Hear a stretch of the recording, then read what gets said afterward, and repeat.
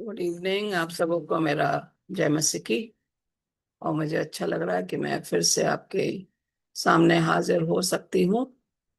And it's a nice time that I can come back to my channel, and it has taken some time for me to come back, and so therefore I'm happy that God has given me this privilege to come and share God's word। परमेश्वर के वचन को साझा करने के लिए मैं परमेश्वर का थैंक यू करती हूँ। आइए हम प्रार्थना में जाएं। हे हमारे स्वर्गीयमान परमेश्वर पिता, तेरा धन्यवाद देते हैं कि हम तेरे पास आते हैं। तूने हमें संभाल के रखा है। और आज जब मैं अपना संदेश देती हूँ, पवित्र आत्मा के द्वारा मेरे शब्दों को, मेरे जुबान को छू, ताकि जो भी वचन मैं बोलूँ वो तेरी ओर से हो। क्योंकि मैं तेरी सेविका हूँ और मैं पाप में रहती हूँ, लेकिन तू मेरे पाप को क्षमा करता है। इसलिए मैं तेरा धन्यवाद देती हूँ। तू महान परमेश्वर है। तू इस जग का सृष्टि करता है और तू हमारा भी मुक्तिदाता है। हमारी इस प्रार्थना को सुन कबूल कर, तेरे प्यारे बेटे यीशु नाथ जी के नाम से मांगते हैं, आमीन। यहाँ पे लिखा हुआ है, अ, आइए अपने उसमें जाएंगे। I will go to our slides once again, and I'm sure you must be waiting for the message that I have for you today. And this is what God has instructed me to see. Now, it says here, 1 minute.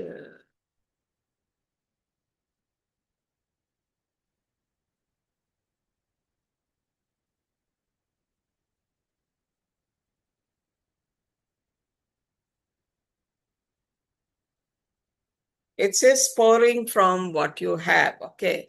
It's taken from 2 Kings chapter 4 verses 1 to 7। जो हमारे पास है उसमें से ही हमें डालना है। आप देख सकते हो कि यहाँ पे एक फोटो है और देख रहे हैं कि एक जार से दूसरे जार में पानी तेल जा रहा है। और ये एक स्टोरी है which I have taken from 2 Kings chapter 4 about a widow lady who had very little oil and she was in debt, and she goes to Elisha, and this is what Elisha has advised her to do, and she immediately follows and obeys the command of the prophet। ये जो स्त्री है, विधवा है, इसके बच्चे हैं, बेटे हैं। इसके हस्बैंड की डेथ हो जाती है और ये जो है बड़ी परेशान होती है, क्योंकि इसके ऊपर बहुत कर्जा होता है। और इसलिए जो है ये कर्जे की वजह से इलाइशा नबी के पास जाती है। और इलाइशा जो है इसको कहता है कि तू मुझसे क्या चाहती है। Okay. When she goes to Prophet Elisha, he is asking her what she wants from him। He says, the wife of a man from the company of the prophets cried out to Elisha, your servant, my husband, is dead, and you know that he revered the Lord. But now his creditor is coming to take my two boys as his slave. And it's very painful when a widow is there and nobody is helping the widow. And therefore, she comes because she's in debt. She comes because her husband is no more. She comes, she has to take care of her children. She comes because she does not want her children to become a slave to her debtors। Therefore, this is the reason why she comes to Elisha। Now, when we look at here, ये बड़ी परेशान है ये औरत। नबियों के समूह में से एक व्यक्ति की पत्नी थी। यह व्यक्ति मर गया। उसकी पत्नी ने एलीशा के सामने अपना दुखड़ा रोया, मेरा पति तुम्हारे सेवक के समान था, अब मेरा पति मर गया है। तुम जानते हो कि वह यहोवा का सम्मान करता था, किंतु उस पर एक व्यक्ति का कर्ज था और अब वह व्यक्ति मेरे दो लड़कों को अपना दास बनाने के लिए लेने आ रहा है। ये बड़ा अजीब सी कहानी है कि विधवा का कोई भी साथ नहीं दे रहा उसके पति के मरने के बाद।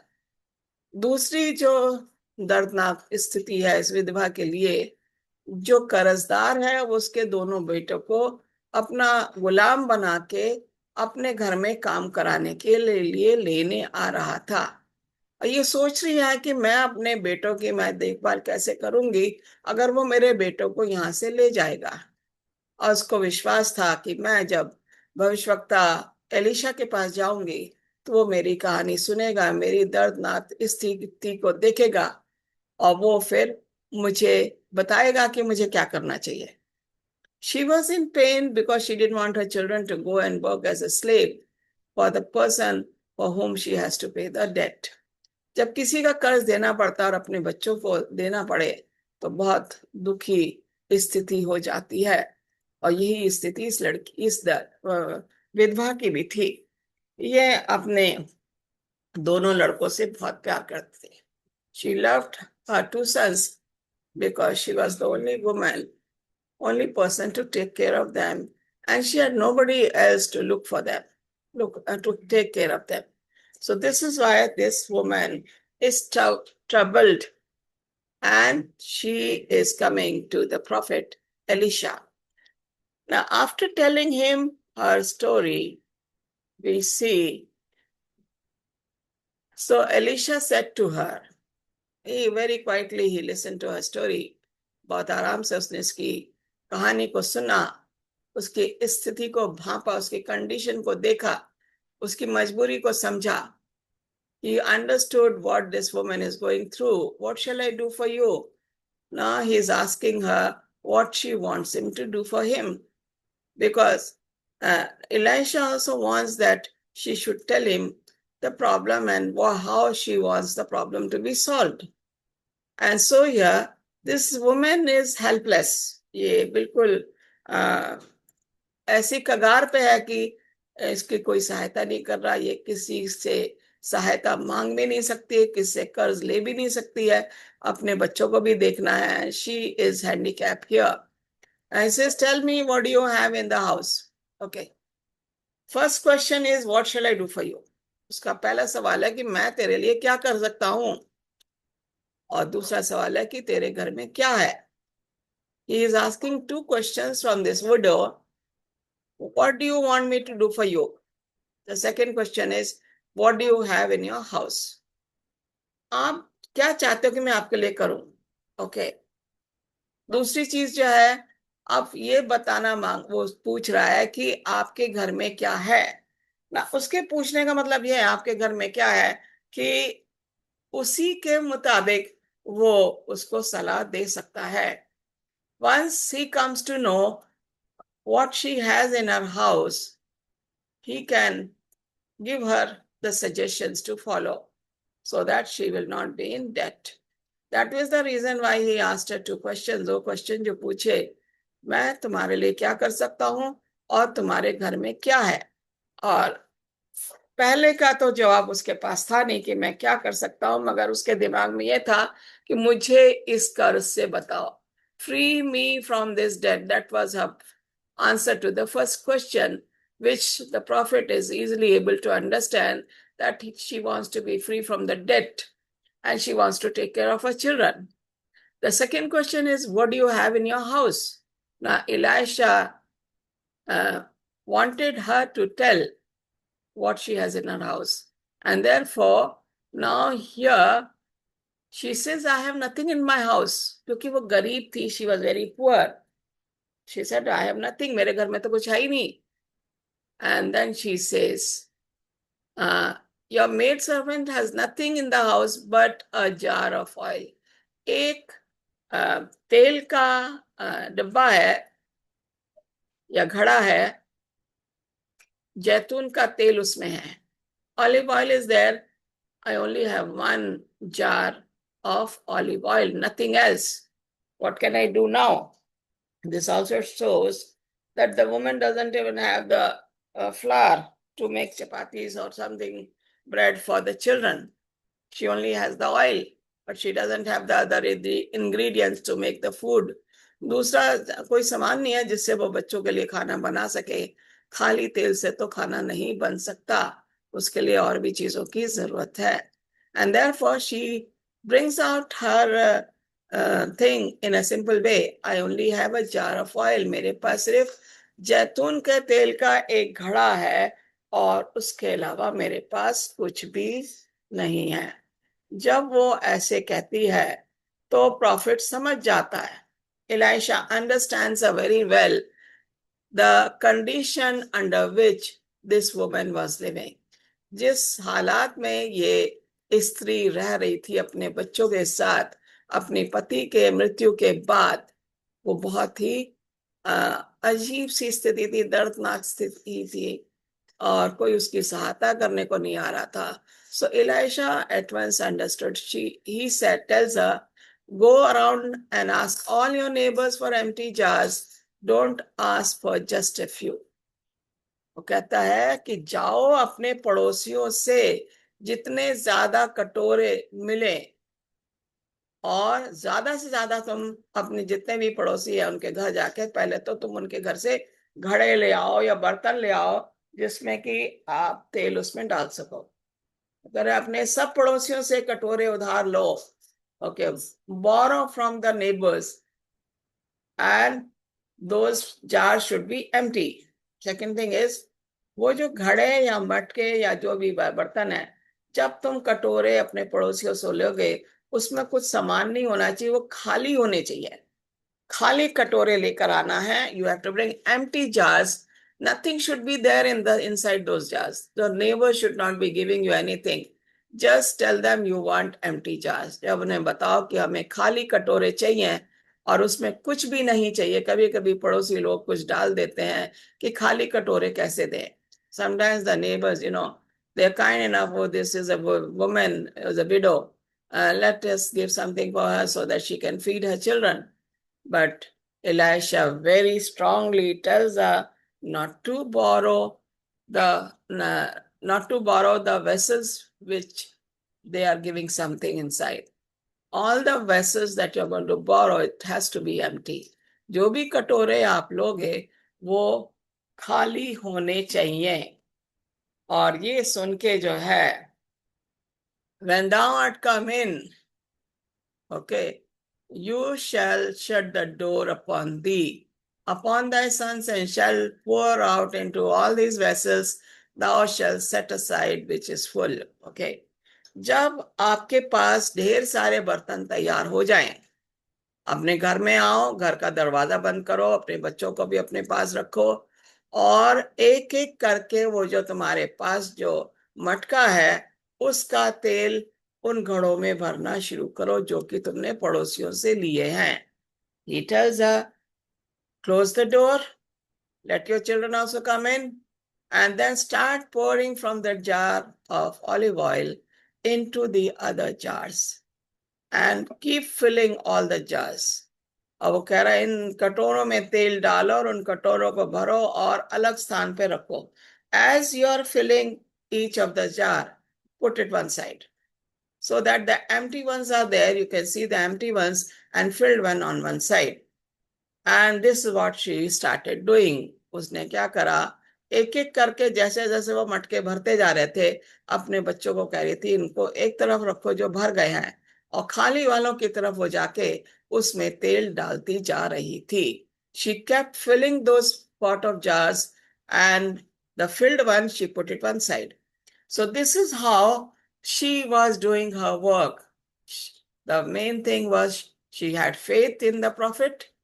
उसका विश्वास था भविष्यवक्ता पे. And she was obedient. उसने उसका कहना माना, आज्ञा का पालन किया. It's very essential for us that when somebody is telling us to do something, we should obey and follow. And this is what the woman did.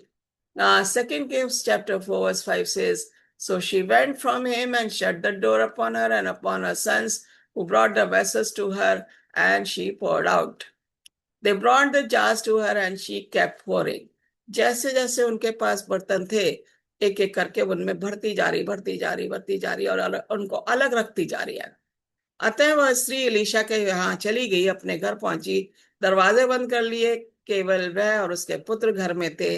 उसके पुत्र कटोरे उसके पास लाए और उसने तेल डाला. Okay. The children also were helping him.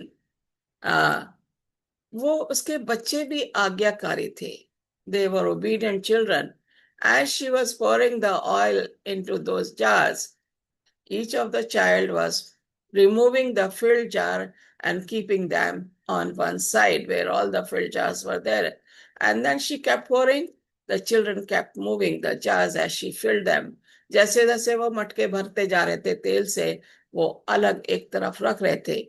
बच्चों ने भी अपनी माँ का कहना माना, आज्ञा का पालन किया। भविष्यवक्ता ने की आज्ञा का पालन इस विधवा ने किया, और इस तरीके से उसके घर में जो है वो पूरे दिन उसको भरती रही जितने बर्तन उसके पास थे। और जब भरती जाती है वो, तो हम यहाँ देखते हैं कि किस तरीके से ये मटकों को भरती है। और आगे हम देखते हैं, and it came to pass when the vessels were full, जब वो बर्तन सारे भर गए, that she said unto her son, अपने बेटे से कहा, bring me yet a vessel, अपने और भी बर्तन लेकर आओ, अपने बेटे को बोला। And he said unto her, there is not a vessel more, and the oil stayed, उसने कहा और कोई बर्तन तो है नहीं, मैं कहाँ से लाऊं, और ऑयल जो है बंद हो गया। उसने बहुत से कटोरे भरे। ओके, जित जितने उसने बोरो किए थे, उधार लिए थे, सब कटोरे में तेल भरा। और जब सब में तेल भर लिया, वो फिर कहते अपने बेटे से, और दूसरा कटोरा लाओ। उसका बच्चा बोलता है, मम्मी सारे प्याले भर चुके हैं। और उसने कहा अब कोई कटोरा नहीं रह गया है, जितने भी ये जार या मटके थे सब तो हमने भर लिए हैं, और ये सब एक तरफ रखे हैं। और जब वो ऐसे बोलते हैं, तो उस समय घड़े का तेल खत्म हो चुका था, क्योंकि सारे मटके भर दिए थे। The oil stopped flowing because all the jars were filled with olive oil. Now, olive oil, when we look at the place where this woman was, it's you can say everywhere you go in Bible land, you will see olives there, and people use olive oil. People use olive oil for cooking. People use olive oil for using in their head or in other places, or medicinal way also they use it. तो ये जो तेल जो था वहां का जो देश है, वहां पे खाली ऑलिव या जैतून ही वहां पे मिलेगा, और लोग वहां पे जैतून के तेल का बहुत ज्यादा प्रयोग करते हैं। इसलिए यहाँ पे है, she came and told the man of God, and he said, go sell the oil and pay your debts, and you and your sons can live on the rest. और वो कहती, मैंने सारे भर दिए, I filled all the jars. She's coming and telling the prophet, and prophet says, okay, now you go and sell the oil of all those jars, and keep selling the oil, and you pay the debt that you have to pay to that man. And then the rest of the money, you and your children can survive. You don't have to borrow from anyone. कहते हैं बाकी तेल के जो पैसे बचेंगे, उससे तुम अपना गुजारा अच्छी तरह से कर पाओगी। और इस तरीके से उसने जो है, जैसे उसने पहला उसने आज्ञा लिया कि you go and borrow the vessels. First commandment was go and borrow the vessels. She did. Then she was told to close the doors and then start pouring the oil into other jars. पहला उसको हुक्म दिया था कि तुम अपने पड़ोसियों से मटके लेकर आओ। दूसरा हुक्म था, दरवाजा बंद करो अपने बच्चों के साथ और वो मटकों में तेल डालना शुरू कर दो। तो इसने उस आज्ञा का भी पालन किया।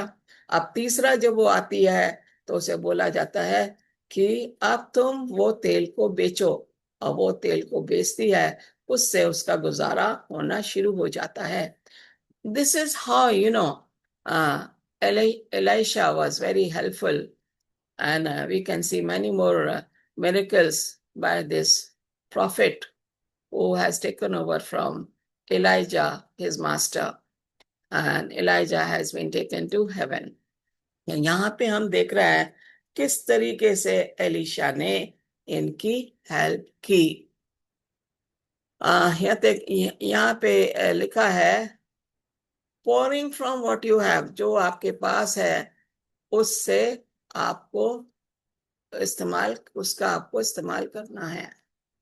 हम यहाँ देखते हैं कि प्रॉफिट ने विश्वास किया, इस औरत ने विश्वास किया। She had faith on God of Elisha, and therefore whenever she had the problem she would come to him, and she knew the prophet is God's man and he's going to solve all her problem. उसे मालूम था परमेश्वर का भक्त है तो ये मेरी सहायता करेगा, और कोई मेरी सहायता करे या ना करे, but this man of God is going to help me.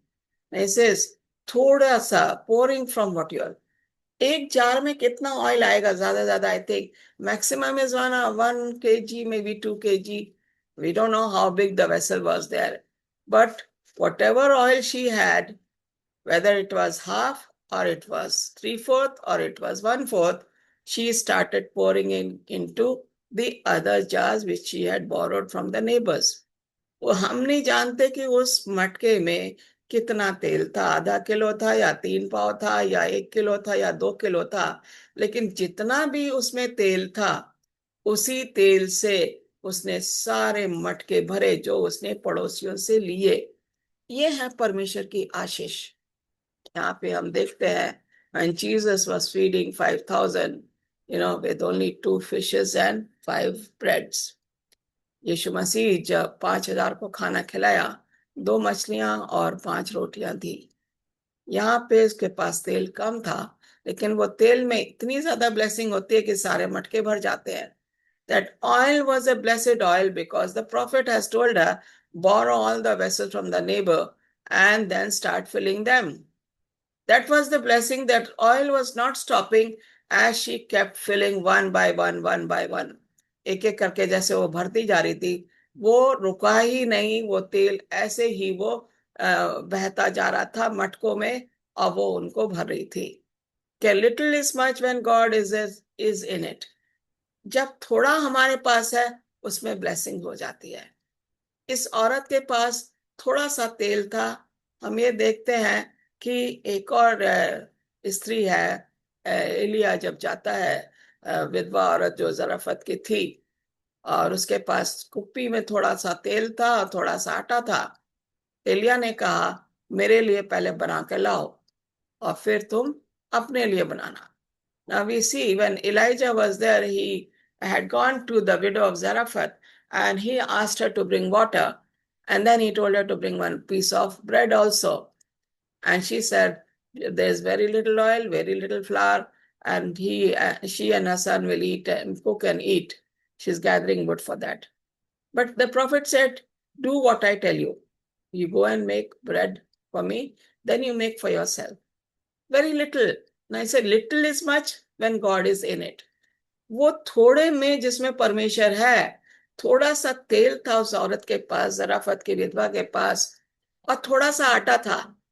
लेकिन जब उसने एलिया को दिया, और वो जो है जब तक अकाल रहा एलिया उसके पास रहा, और उस तेल और आटे में कमी नहीं आई।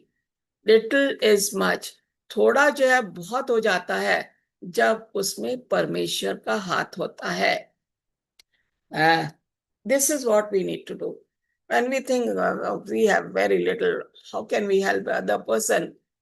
Brothers and sisters, please remember, if we have little, if you help from that little only, it will be a blessing for you and for the person who will be given the thing as a help. हम जब थोड़े से किसी की सहायता करते हैं, परमेश्वर का हाथ उसमें होता है और फिर ब्लेसिंग्स आनी शुरू हो जाती है। तो इसी तरीके से थोड़ा सा ऑयल था इसके जार में, उसने सारे मटके भरे, और उस मटके से वो जितने मटके भरे उसने सारा तेल बेचा और अपने पुत्रों का उसने गुजारा किया, और फिर उसे कोई भी परेशानी नहीं हुई। So let's remember that little is much when God is in it. Remember, God is always with us. God is always taking care of us. So when we look at this way, we have to think we have to seek God's help. हमें परमेश्वर की खोज करनी है, तभी हमारे लिए आशीषें आनी शुरू हो जाएंगी। आइए प्रार्थना करें। Father in heaven, once again, it's a privilege that we can come and share the God's word with these people on my YouTube channel. I know you are always helping me and touching the hearts of the people to listen to these messages and be benefited and be blessed. We pray for the viewers who are going to be watching these videos, and help them to come back to your fold, prepare for the heavenly kingdom which you are preparing for each one of us, and forgive us our sins and shortcomings. For I ask this few blessings in Jesus' name. Amen. God bless you. फिर मिलते हैं जल्दी, और